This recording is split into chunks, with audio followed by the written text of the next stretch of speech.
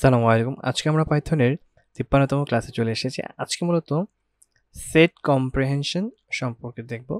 আসলে রিসেন্টলি বা প্রিভিয়াস ক্লাসে কিন্তু আপনি লিস্ট কম্প্রিহেনশন দেখেছিলেন।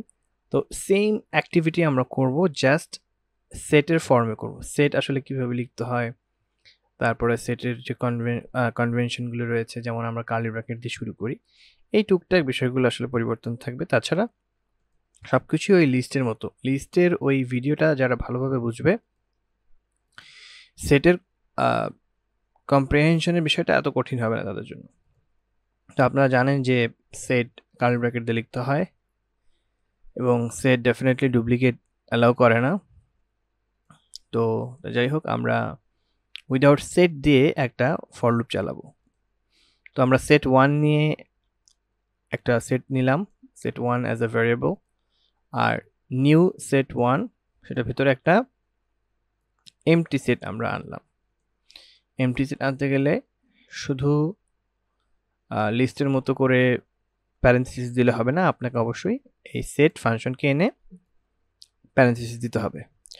তো for I in shed 1, same for লুপের স্টাইলে আমরা জাস্ট কি করতে চাচ্ছি, অ্যাড করতে চাচ্ছি। সেটের ক্ষেত্রে এখানে আমরা অ্যাপেন্ড দিব না, অ্যাড দিব, ডট অ্যাড। এবং আমরা কি চাচ্ছি যে এই যে টেম্পোরারি ভ্যারিয়েবল, সেই টেম্পোরারি ভ্যারিয়েবলের সাথে 1 করে যুক্ত হবে, 1 করে যুক্ত হবে। যুক্ত হলে আমরা ওভারঅল এই নিউ সেট 1কে প্রিন্ট করে দেখব যে আসলে সে 1 করে যুক্ত করেছে কিনা। তাহলে আমার এখানে শুরু হবে 1 থেকে 20 পর্যন্ত যাবে। চলেন আমরা এক্সিকিউট করে দিই। দেখেন আমার কিন্তু 1 করে সবগুলোর সাথে যুক্ত হয়ে 1 1 করে বেড়েছে এবং স্টার্টিংটা আমার 1 থেকে হয়েছে এবং শেষ হয়েছে 20-তে। এবং ক্লাসটাও আমরা চেক আউট করে নিলাম, টাইপটা দেখে নিলাম, তো দেখলাম এটা সেট। তো এই বিশাল অ্যাক্টিভিটিকে আমরা যদি একটা শর্ট ফর্মে আনতে চাই, আমরা যদি সেট কম্প্রিহেনশন করতে চাই, সেক্ষেত্রে আমরা একটা পলিসি বা একটা ওয়ে অফ ওয়ার্ক দেখব। তো চলেন আমরা দেখি। তো প্রথমে হচ্ছে আমরা ওই এমটি যে সেটটা, এখন কিন্তু আমার আর এমটি সেট নেওয়া লাগতেছে না। মানে এমটি সেট নেওয়া বলতে সেট ফাংশনকে আর ডাকা লাগতেছে না। যখন আপনি মানে সরাসরি এমটি সেট নেবেন, তখন এই সেট ফাংশনটাকে আনবেন। আর যখন আপনি কার্লি ব্র্যাকেটের ভেতরে এই সেট কম্প্রিহেনশন লিখবেন, তখন আর এই আমাদের ফাংশনটা বা মেথডটা, সেট মেথডটা আনা লাগবে না। এই হচ্ছে বিষয়, এটা একটু মাথায় রাখলে হচ্ছে। তো খুবই সহজ, আমরা for I in shed 2, for I in shed 2 I plus 1, ব্যাস আমাদের কিন্তু উপরের যেই এক্সিকিউশনটা হয়েছে, ডট অ্যাড হাবি যাবি অনেক কিছু লিখতে হয়েছে, এই ফাংশনের কোনো প্রয়োজন নাই এখানে। সরাসরি যেহেতু আমি এই সেটের ভেতরে লিখতেছি, সুতরাং সে অ্যাড করে দিবে সেটের ভেতরে, এবং আলাদা করে আমার এক্সট্রা এরকম নিউ সেট 1-এর মতো করে এমটি সেট নেওয়া লাগতেছে না। আমি নিউ সেট 2 এটাকে প্রিন্ট করে দেব। দেখেন সেম অ্যাক্টিভিটি কিন্তু আমরা পরিলক্ষণ করতে পারছি বা পরিলক্ষিত হচ্ছে। আচ্ছা, সেম অ্যাক্টিভিটি এই উপরে যে কাজটা হয়েছে সেটাকে যদি আমরা রেঞ্জে করি, দেখেন এখানে 20টা ভ্যালু আছে। তো 20টা ভ্যালু আমি রেঞ্জ 20 দিয়ে দিছি, তাহলে সে 20 বার ইটারেশন করবে এবং এই এমটি সেটের ভেতরে 1 করে যুক্ত করবে। মানে এটার সাথে আমার সম্পৃক্ততা তৈরি হবে। দুঃখিত, আমার এখানে একটা জিনিস খেয়াল করতে হবে, এখানে কিন্তু আসলে এই সেট 2 এর কোনো কাজ নাই। এখানে আমরা এই রেঞ্জের মাধ্যমে 0 থেকে আমরা 19 পর্যন্ত জেনারেট করতেছি। দ্যাটস ওয়াই এখানে আমি অ্যাডিশনাল কোনো ভ্যারিয়েবল নিয়ে এগুলো সেটের ভ্যালু তৈরি করি নাই, যেহেতু রেঞ্জ নিচ্ছি। যাই হোক, এখন আমরা কি করলাম, 1 করে অ্যাড করলাম এবং কোথায় অ্যাড করলাম, সেট 1-এ। এই সেট 1-এ অ্যাড করে দিচ্ছি এবং লাস্টে আমরা প্রিন্ট করে দেখব। দেখেন আমাদের অ্যাক্টিভিটি কিন্তু কমপ্লিট হয়েছে, যেটা চাচ্ছিলাম সেটা আমরা পাচ্ছি। আচ্ছা, এবার হচ্ছে যে সেম কাজ আমরা কিভাবে সেট কম্প্রিহেনশনের মাধ্যমে করতে পারি। একদম লিস্টের মতোই ফর আই ইন রেঞ্জ 20 দিয়ে দিলাম। তারপর হচ্ছে কি করব, আমরা 1 করে যুক্ত করব কার সাথে, এই আই এর সাথে। সুতরাং শুরুতেই আমরা আই প্লাস 1 দিয়ে দিলাম। দেখেন সেম আউটপুট আসতেছে। আচ্ছা, আরেকভাবে আমরা এটাকে করতে পারি, সেটা হচ্ছে ধরেন আমরা সেট 3 নিলাম। হ্যাঁ, সেট 3 নেওয়ার পর একটা কার্লি ব্র্যাকেট নিলাম,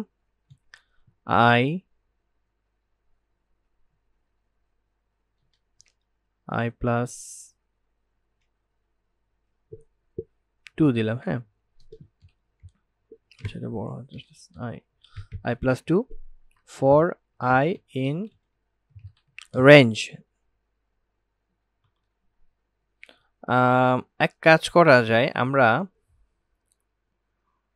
আমরা এটাকে কপি করি, কপি করে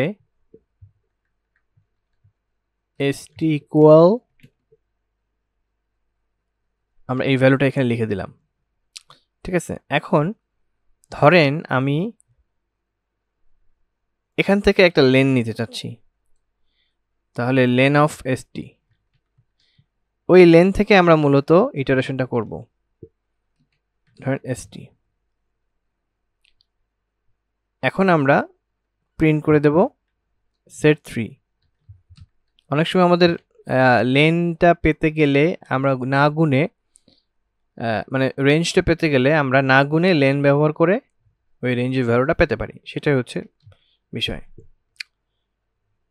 সেট 3 দেখেন আমার রেঞ্জটা তৈরি হয়েছে, 20-এর রেঞ্জটা এবং 2 করে যুক্ত হয়েছে। ঠিক আছে, অথবা আমি যদি 1 দেই 1 এক করে যুক্ত হবে, আমরা এভাবেও পেতে পারি। আচ্ছা, এবার হচ্ছে সেট কম্প্রিহেনশন কন্ডিশনাল। দেখেন কন্ডিশন আমরা লিস্টে যেটা করেছি সেটের ক্ষেত্রে তাই। তো ফর লুপ আমরা নিয়েছি, রেঞ্জের মাধ্যমে একটা কন্ডিশন দিয়েছি, যদি 2 দিয়ে ভাগ করা হয় i কে এবং সেটা যদি 0 এর সমান হয় তাহলেই শুধু সে অ্যাড করবে, এখানে অ্যাড করবে ভ্যালুটা। ঠিক আছে, এই হচ্ছে বিষয়। দেখেন 2 4 6 8 এগুলো কিন্তু 2 দিয়ে ভাগ করলে ভাগশেষ 0 হয়, সুতরাং এগুলো আসছে। সেম কাজটা যদি আমরা মানে সেট কম্প্রিহেনশনের মাধ্যমে করতে চাই তাহলে এটা সম্ভব।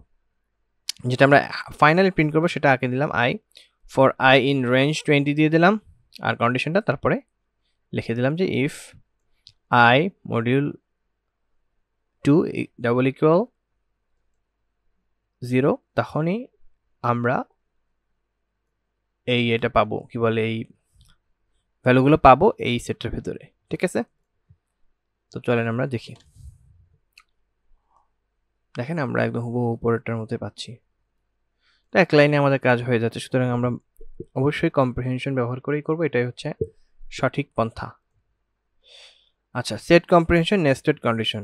দেখেন সেম কাজ, যদি নেস্টেড থাকে কন্ডিশন তাহলে প্রথমে আমার মেইন কন্ডিশনটা লিখতে হবে, তারপরে নেস্টেড কন্ডিশনটা লিখতে হবে। আগেরটার জাস্ট এখানে নেস্টেড কন্ডিশনটা এক্সট্রা যুক্ত হবে, বাকি সব সেম। ঠিক আছে, তো এখানে ইটারেশন হবে 20 বার, কন্ডিশন চেক করবে যে হ্যাঁ 2 দিয়ে ভাগ করলে 0 হয় কিনা ভাগশেষ, তারপর আবার দেখবে যে 3 দিয়ে ভাগ করলে ভাগশেষ 0 হয় কিনা, যদি হয় তখন হচ্ছে সে অ্যাড করবে। তো চলেন দেখি, দেখেন 0 18 12 6। ঠিক আছে, সেম জিনিস আমরা এখানে করতেছি। দেখেন 0 18 12 6। ঠিক আছে, তো আপনি বলতে পারেন যে ভাই এখানে 6 পরে আসলো কেন, কারণ আমরা বলেছিলাম যে সেট কিন্তু অর্ডার মেনটেন করে না, দ্যাটস ওয়াই এটার ইন্ডেক্সিং কিন্তু আমরা বের করতে পারি না, এইটা একটা বিষয়। আচ্ছা, set comprehension if else. If else এর ক্ষেত্রে খেয়াল রাখবেন যে ফর লুপের আগে মূলত এই ইফ এলস কন্ডিশনটা আসতে হয়। তো চলেন আগে আমরা আমাদের মেইন বা নর্মাল ওয়েতে কিভাবে করতে হয় সেটা আগে দেখি। আমরা ফর লুপ নিলাম, ইফ কন্ডিশন আনলাম, যদি এই কন্ডিশনটা ফুলফিল হয় তাহলে আমার এই অংশটুকু অ্যাড, মানে আমার এই অংশটুকু যাবে এই সেটে, এটার ভ্যালুটা যাবে। এলস অন্যথায় সেট 1 ডট অ্যাড করবে কি i ইন্টু 1000, যা হবে তার সাথে 1000 গুণ হবে। আচ্ছা, 1000 না দিয়ে এখানে 100 দিয়ে দিই তাহলে ভালো হবে, 1000 বেশি হয়ে যায়। আচ্ছা, ঠিক আছে, 0 to 10046 ঠিক আছে। আচ্ছা এবার আসেন সেম কোডটাকে যদি আমরা সেট কম্প্রিহেনশনের মাধ্যমে করতে চাই তখন কিভাবে করব। তো ইফ এলস এর বিষয় যখন এসে যাবে তখন অবশ্যই ফর এর আগে আপনাকে এটা লিখতে হবে। নর্মালি ইফ এর ক্ষেত্রে বা নেস্টেড ইফ এর ক্ষেত্রে আমরা ফর এর পরে লিখব in case of set comprehension, কিন্তু যখন আপনার ইফ আর এলস এর বিষয় এসে যাবে তখন আগে লিখতে হবে। ইফ আই মডিউলাস 2 মানে হচ্ছে i কে যদি 2 দিয়ে ভাগ করা হয় এবং ভাগশেষ যদি শূন্য হয়, অথবা যদি না হয় অথবা i ইনটু 100 এবং এটা প্রিন্ট হবে, মানে এখানে এসে যাবে i এর এখানে চলে আসবে, অথবা ইটারেশন হবে 10 বার ফর i ইন রেঞ্জ। চলেন দেখি, দেখেন হুবহু আনসার কিন্তু উপরেরটা নিচেরটা সেম, ঠিক আছে। আচ্ছা নেস্টেড সেট কম্প্রিহেনশন, দেখেন নেস্টেড ফর লুপের বিষয়ে চলে আসছে। এটার এক্সাম্পল আমরা লিস্টে দেখে আসছি, তো সেই রকমই এটাও এরকম একটা এক্সাম্পল। তো প্রথমে আমরা যেটা করব, আমাদের যে মেইন যেই ফর লুপটা সেটা আমরা লিখে নেব, তারপরে নেস্টেড ফর লুপটা লিখব, ঠিক আছে নাকি? কি এখানে কি বলেন তো আপনাদের কি মত? আপনারা যদি লিস্টকে মনে রাখেন তাহলে বুঝতে পারবেন লিস্টের ক্ষেত্রে কিন্তু আমরা ফাইনালটা শেষে লিখেছিলাম, ঠিক আছে, আর নেস্টেড ফর লুপটা কিন্তু তার আগে লিখেছিলাম। তো ওইটার ক্ষেত্রে আমরা কিন্তু এক্সট্রা একটা স্কোয়ার ব্র্যাকেট ব্যবহার করেছিলাম, এখানে এটা আমরা ব্যবহার করতেছি না। তো এখানে আমরা যেহেতু দুইটা ভ্যালু নিয়ে কাজ করতেছি, দুইটা ভ্যালু আমরা চাবো, সুতরাং আমরা প্যারেন্থেসিস ব্যবহার করে i, j দিয়ে দিচ্ছি, ঠিক আছে। প্রথমে i এর ভ্যালু আসবে, তারপর j এর যতগুলো ভ্যালু আছে সেগুলো আসবে। এখানে চাইলে আমি গুণও করে দিতে পারি, সমস্যা নাই, বাট আমি কমা দিয়ে সেপারেট করে দিলাম আর কি, যার যেটা প্রয়োজন।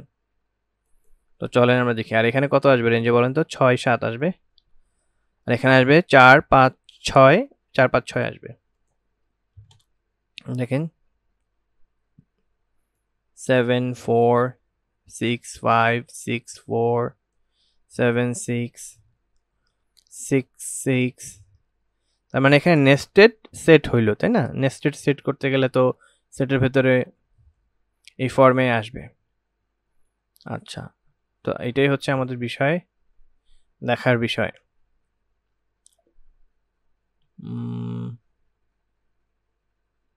ফর i ইন j, আচ্ছা ঠিক আছে।